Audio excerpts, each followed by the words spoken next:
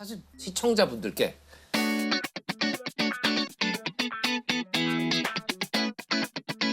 이 박사님들이 소개한 인물들 중에 가장 인상 깊었던 인물이 누구냐 이렇게 설문을 해봤어요.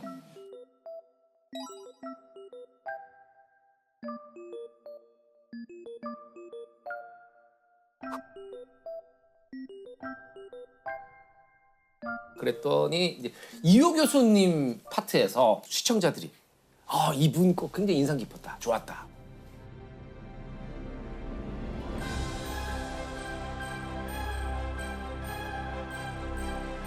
이호의 인간 1위는 조남수 박사님이셨습니다. 네. 이호 선생님께서 조남수 박사님을 내가 사랑하는 인간으로 뽑아주셨어요. 감사하긴 한데 제가 그럴 자격이 있는가라는 생각이 항상 들기 때문에 고마울 따름입니다. 네. 조남수라는 그 박사를 보면서 그런 생각을 해요. 이 사회의 안전망은 어디선가 거대한 거인이 맡고 있는 건 아니에요. 작은 사람들이 성실하게 맡고 있는 것일 수 있어요. 그들은 아마 본인이 타는지도 모르고 태우고 있을 거예요. 그 부분은 참 응원하고 싶습니다. 네. 참 이게 대단하다고 느껴지는 게 저희는 지금 여기서 지금 뭐 히포크라테스나 네, 뭐 다윈 이런 사람들을 다루는데 동료의 이름을 넣을 수 있다는 거잖아요. 생각도 못했어요. 그러니까 그게 또 한편으로는 지금 하시는 일이 그만큼 중요한 일이라는 뜻이에요. 그래서 뭐 시청자 의견이 또 있었는데 네, 한번 네, 읽어주시면. 시청자분들이 글을 올려주신 거예요. 묵묵히 제일의 최선을 다하는 것, 성실하게 꾸준한 것, 그리고 조금 창의적인 것. 조남수 선생님의 이야기가 저의 직업관과 인생의 방향을 1도만큼 더 나은 방향으로 향하게 해주었습니다. 1도. 야, 근데 여기 딱 바로 가로치고 써 있어요. 김상욱 교수님 여기서 1도는 제 마음의 각도입니다. 물리학적으로 계산하시면 김영하 작가님께 혼나실 수도 있습니다. 1도는 무엇인가 지금. 오늘 김여하 작가님 안 계셔가지고 네. 말려주실 또 한 말씀 분이 하셨을 텐데 분명히. 두 분의 또 티키타카를 이래서 과학자들 이상한 거예요. 큰 간격이 있다. 방송 나가고 그 조남수 네네. 박사님 본인의 반응은 어떠셨나요? 뭐 우셨다는 얘기를 제가 뭐 너무 그렇게 따님 둘이 있는데 네. 가족들이 보면서 굉장히 그냥 스스로들도 격려하고 이렇게 좀 뭉클했었다고 그러더라고요. 그래서 진짜 가족들이 그 우셨다는 게 느낌이 와요. 이게 내가 진짜 소리 없이 일들을 하고 있었는데 세상이 마치 나를 알아준 것 같은, 나를 인정해 준 것 같은 느낌을 받으셨을 거예요. 본인이 다른 직장에 있는 또 그런 사람들한테 영향을 줄 수 있다는 걸로 너무 저희도 감사하다고. 고마울 따름입니다. 네. 우리 심채경 박사님의 인간은 혹시 누구실 것 같은지 한번 추측을 해봐 주신다면. 저는 아마 재봉사들. 재봉사. 네. 저는 제가 제일 인상 깊었던 사람은 그 로블린 가족? 다리를 만들었다. 네. 저는 당연히 나죠, 나. 심채영 박사님 본인. 전 자기 자신을 선정해올 거라고는 상상을 해본 적이 없어서 딱 듣는 순간 뒤통수를 맞은 것 같았어요. 그래서 많은 추측이 있었지만 네. 영광의 1위는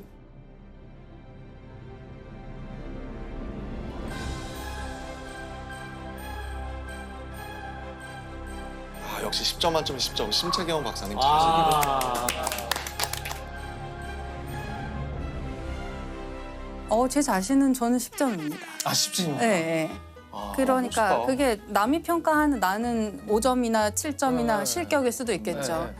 그게 나라는 심사위원한테는 그게 내가 10점인 거죠. 의외로 굉장히 외윤의 극강의 캐릭터세요. 시청자 의견들이 또 있었는데 네. 런마 셀프의 인간화 당당하게 10점 만점에 10점이라고 대답하는 모습이 정말 인상 깊었습니다. 저는 저에 대해 가장 엄격한 잣대를 내리고 스스로 상처받고 있더라고요. 맞아요. 요즘 이런 분들이 많아요. 정말 많습니다. 네. 저희 세대의 금기 같은 거잖아요. 맞아요. 겸손해야만 한다. 맞아요. 그게 좀 강박처럼 돼 있었던 네. 건데 사실은 자기가 자신을 가장 사랑하는 사람은 자기 자신이지. 우리 모두가 말을 안 하고 있었던 표현 안 거를 했을 뿐이죠. 당당하게 특히 이제 심채영 박사님이 하시니까 모두한테 그게 받아들여진 것 같아요. 읽어주신 내용에 좀 공감하는 게 제가 일기장이나 이런 데 제일 많이 썼던 말 중에 하나가 내가 나 때문에 못 산다거든요. 내가 뭐 못난 일을 한 걸 내가 너무 잘 아니까 그걸 좀 받아들이고 내가 그렇지 뭐. 내가 그렇지 뭐 그게 이제 포기하는 게 아니라 그냥 내가 그렇다는 사실을 받아들이는 거죠. 근데 내가 나 때문에 못 산다는 되게 스웩이기도 한데요. 그런가요? 내가 나 때문에 못 산다. 진짜. 나 미쳤나 봐 오늘. 아, 그런 거예요? 나 진짜 어떡하지? 약간 감독님이 되게 잘하실 것 같아. 내가 남줄 때는 아직 못 살아. 어쩜 이렇게요? 잘해. 약간. 뉘앙스가 완전 진 달라지네요. 박사님이 10점 만점 10점을 내치는 순간 모든 사람들한테 10점씩 준 것 같았어요. 그때. 그 사람들이 다 10점을 나 10점이구나라고 다 10점을 준 것 같았어요. 예. 그래요. 진짜 그 10점 만점에 10점을 주셨는데 그러지 못한 시절도 있으셨어요. 오, 그렇죠. 예. 사춘기 때부터 20대까지의 그 10년 좀 넘는 시간들을 제가 저를 받아들이는데 되게 많이 사용했어요. 제가 막 롤모델도 이제 정해놨었어요. 머릿속으로. 나 저 친구처럼 이렇게 변해봐야지 이런 욕심이 있어서. 그래서 처음에 이제 임시반장 뽑을 때 저요를 어머머머. 생전 처음으로 해본 거예요. 그것도 우리가 아는 심추경 박사님한테 대사건이에요. 저한테도 대사건이었어요. 근데 정말 임시반장만 하고 그만뒀어요. 거기서 실패를 한 거예요. 저는 그런 특성이 안 맞는 사람인 거예요. 거기서 약간 괴리도 느끼고 좀 힘들어하고 나한테 어울리는 면은 따로 있구나를 그때 발견 좀 하게 된 것 같아요. 맞아요. 자, 그리고 김상욱 교수님이 소개해준 인물들 제일 인상 깊었던 인간이 누구냐? 저한테 가장 많이 이렇게 지인들이 흥미로웠다고 연락을 많이 주셨던 건 뒤시장이었어요. 뒤시장이 가장 연락이 많았는데 개인적으로야 전 파인만이 가장 개인적으로 가장 좋았죠. 예, 개인적으로는 그런데 그래서 사실 저를 포함하여 저희 시대의 과학자들이 가장 사랑했던 물리학자는 리처드 파인만이거든요. 우린 얘기해서 그분 이름이 또 나오죠. 리처드 파인만. 이 물리학의 역사에는 유태인 천지이고 파인만도 유태인이었고요. 오늘 제가 주제를 잡게 된 두 번째 동기는 장항준 감독님이 아주 싫어하시는 그 파인만. 여기 멤버 아니에요 이제 파인만? 네, 파인만님께서 하신 말씀이 하나 있어서 네 정말 이제 추측해 주신 대로 시청자분들의 픽 역시나 리처드 파인만이었습니다. 네, 리처드 파인만. 그래서 많은 시청자 의견이 있었는데요. 김상욱 교수님은 이해가 잘 안 가실 수도 있겠지만 전 유감스럽게도 물리를 가장 싫어했거든요. 딱딱하고 공식만 있어서 유머와 인간미라고는 정말 1도 없을 줄 알았는데 파인만의 그 사랑 이야기를 들으며 물리학자에 대해 새로 생각하고 있는 저를 발견했습니다. 정말로 그랬어요. 김 교수님 하는 좀 훌륭한 분들 많이 해주셨는데 파인만 때가 제일 몰입이 됐었어요. 스스로도 정말 아마 제가 좋아서 그럴 수도 그랬을 있어요. 거예요 아마. 제가 좋아서. 사실 이게 재밌는 게 다 모든 인물들이 우리는 어떤 인간을 사랑하는가에 나왔던 인물이 그렇네요. 그렇군요. 이해에 다 들어가고. 네네. 그래서 모두가 사랑의 마음은 전해지는 모양이에요, 그렇죠? 그런 것 같아요. 우리가 인물에 이렇게 몰입하고 사랑하니까 그게 다 전해져서 보는 사람도 그 사랑에 좋은 감정이. 그 생각을 한 번도 못 해봤어요. 그러니까. 많이 이입이 되고 어떻게 보면 사실 시청자 입장에서는 약간 뭐 이분들의 인간적인 면을 보지 않았을까. 맞아요. 우리 보고 싶은 김영하 작가님 또 많았죠. 또 보고 계시리라고 믿고 있습니다. 네. 시청자가 뽑은 김영하의 인간 1위 후보는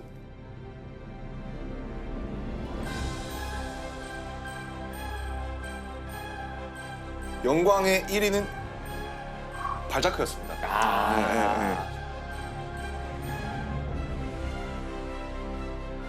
발자크는 어떤 면에서 좀 사랑스럽냐면은 시련과 고통을 당하고 인간적으로도 한계를 갖고 있어요. 분명히 부모의 사랑도 받지 못했고 귀족이 되고 싶고 허용이 있고 누구나 귀족이 되고 싶잖아요. 사실 우리 모두의 마음속에 발자크 같은 게 있어요.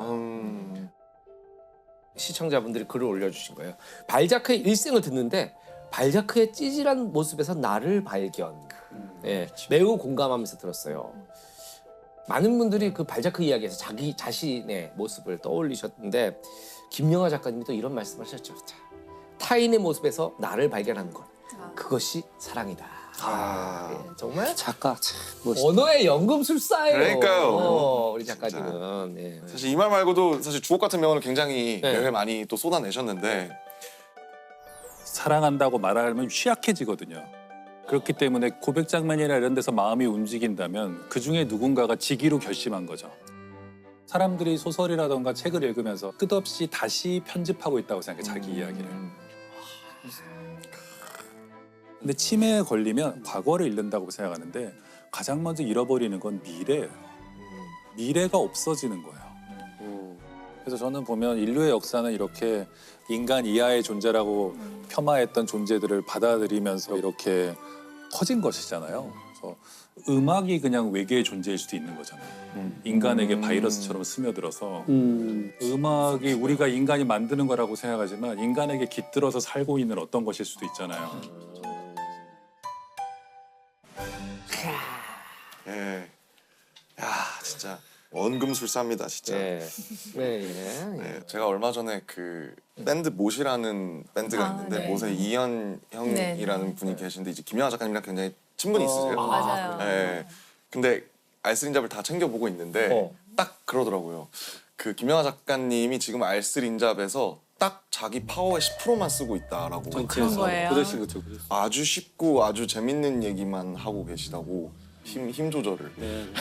어우, 와, 김영하 작가님 정말 대단하신 분이요. 충격받았어요. 와.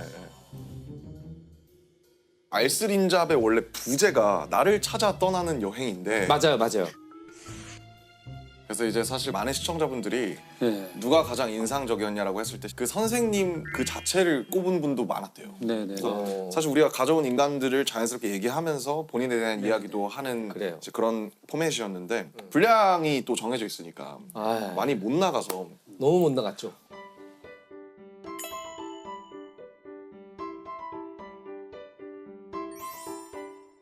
아, 이게 그렇죠. 이게 우리가 불안하거나 혹은 기분이 좀 막 다운되거나 이럴 때 각자 그런 상황에서 그런 네. 감정 상태에서 어떻게 해소하세요? 김상학 교수님은 근데 사실 제일 궁금해요. 사실 왜냐면 굉장히 단단해 보이셔서 차돌처럼 단단해 보이셔서 그거 약간 그게 오해하시는 거죠. 그게 오해하시는 거죠. 저는 사실 아까 얘기를 들으면서 심채영 박사님이 굉장히 단단하고 자기에 대한 어떤 확신 이런 걸 쭉 갖고 계셨던 것 같은데 저는 오히려 그랬던 것 같진 않아요. 되게 마음도 여리고 항상 뭔가 이렇게 좀 더 잘해보고 싶은 생각도 있었고 너무 많이 여기저기서 느꼈기 때문에 글쎄 그 뭐라고 딱 집어서 얘기하기도 어려울 만큼 아니 근데 교수님은 사실 본인이 원하고자 하는 것들을 다 성취해내셨잖아요. 차곡차곡. 그러니까 이제 그렇죠. 제 3자가 보기에는 뭐 큰 실패는 없었고 큰 어려움이 없었던 것처럼 보이지만 개인적으로는 끝없이 항상 더 앞서가는 사람들이 항상 보였고 그렇죠. 보이죠. 그런 것들을 언제나 사실 제가 그래서 이제 뭐 농담 반 진담 반으로 했던 얘기 중에 하나도 저는 정말 물리를 사랑하는데 한 번도 물리의 사랑을 받은 적은 없어요 라고 얘기하는데 그러니까 언제나 저보다 잘하는 사람들이 있었고 네. 그게 눈에 많이 보였고 주변에 많이 계시니까 그런 분들이 그런 것 근데 언제나 그런 사람들이 있지 않았나요? 네, 있었고 있어요. 그- 찾게 되고. 뭐 어떻게 어떻게 딜하셨어요? 극복했어요? 어떻게 그런 것들? 아니 극복이라기보다는 그 어차피 안 되잖아요. 네. 그러니까 정말 잘하는 사람들을 많이 봐가지고 계속 이제 자기의 어떤 그 기대를 꺾어가면서 온 거죠. 언제나 뭔가 그 열등감이 저를 그 되게 드라이브하는 동기가 됐던 적이 많았던 것 같아요. 제가 옛날에 되게 한 3년 정도 준비한 대작 영화가 또 있었는데 거의 투자 직전까지 갔다가 투자가 좌절돼가지고 영화가 엎어졌어요. 그러니까 지금의 임금 체계와 달라서 영화가 엎어지면은 다들 돈을 10원도 못 받고 그렇구나. 끝나는 거예요. 그게 3년이든 2년이든 상관없어요. 미안하다, 야. 내가 감독이 내가 아니었고 딴 사람이었으면 똑같은 시나리오로 투자 받았을 거야. 우리 와이프도 맞아 막 이런 얘기를 하고 우리는 어찌됐든 왜 위로인가요? 그네들을 다른 데로 좀 웃기고 의뢰해 주려고 하고 저도 아무렇지도 않은 줄 알았어요. 야, 그럴 필요 없어. 또 하면 되는 거야. 이게 우리의 숙명이야. 그러고 차에 탔어요. 그 대리 기사님을 네. 불렀죠. 차에 탔는데 시동을 걸고 기사님 라디오 좀 틀어주세요. 그리고 이제 그 오디오를 킨 거예요. 근데 그게 그 전에 CD 모드로 돼 있었나 봐요. 근데 제가 그 영화의 엔딩으로 쓰고자 했던 곡이 그때 돌아간 거예요. 영화네 영화. 현실이 너무 자규적이다. 왜? 진짜 예, 현실이 더 영화다. 어, 그 순간에 눈물이 흘러내리는데 난 내가 그렇게 좌절하고 슬퍼하는지 몰랐어. 막 우울해. 펑펑 온 거예요. 근데 저희 와이프가 옆에 같이 타고 있었을 거 아니야. 너무 가슴 아팠겠다. 맞아. 아니 자기 무릎 탁탁탁. 어떡해. 여기 누우라고. 누워가지고 기분이 무릎에서 막 그러면서 왔거든요. 그 영화가 이렇게 저기 되고 그럴 때 어떻게 있고 어떻게 극복했나가 갑자기 생각이 났는데 네. 다른 아이디어를 떠올렸어요. 그래서 그거를 다음 쓰기 영화. 시작한 거예요. 그걸 빨리 이걸 쓰면 또 그게 그 즐거움이 있잖아요. 막 설레고 막 새로운 뭔가 아이템이 떠오르면 새로운 세계가 펼쳐지는 것 같고 그래서 제가 하림 씨 노래 중에 그 노래 좋아요. 사랑이 다른 사람으로 잊혀지네. 돌려막기에 관한 얘기. 그렇죠. 그렇죠. 이번 영화 망했어. 다른 아이들. 이걸로 돌려. 돌려. 이걸로 한 번은 걸리겠지.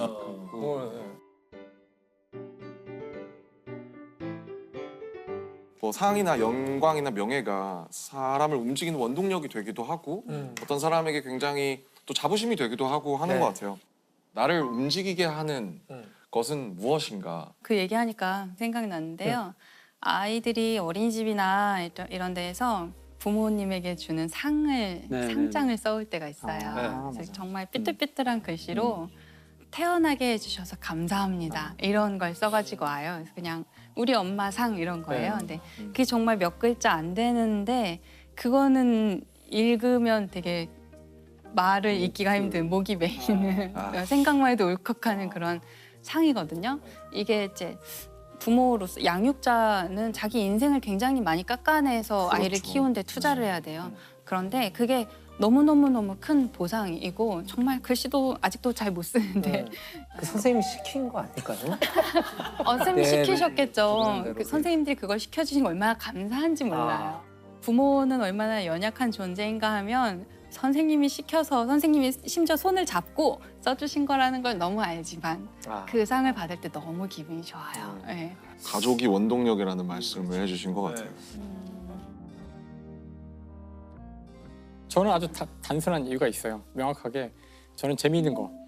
저는 재미가 재미. 저한테 동기를 주고 재미 중요하지. 처음에 물리학과를 갈 때도 재밌을 것 같아서 간 거고 연구 주제도 양자역학에 대한 여러 주제들이 계속 재미있기 때문에 한 거고 그게 제일 명쾌한 것 같아요. 그래서 네. 가장 이제 안 하려는 게 재미없는 거를 하는 상황을 안 만들려고 노력을 많이 해요. 근데 때로는 하게 되지만 어쨌든 이것도 지금 재밌으니까 그래서 안 쓰신 잡은 정말 저도 몇 번이고 이거 언제 해요? 이거 하면은 재밌으니까 그럼요. 맞아. 네.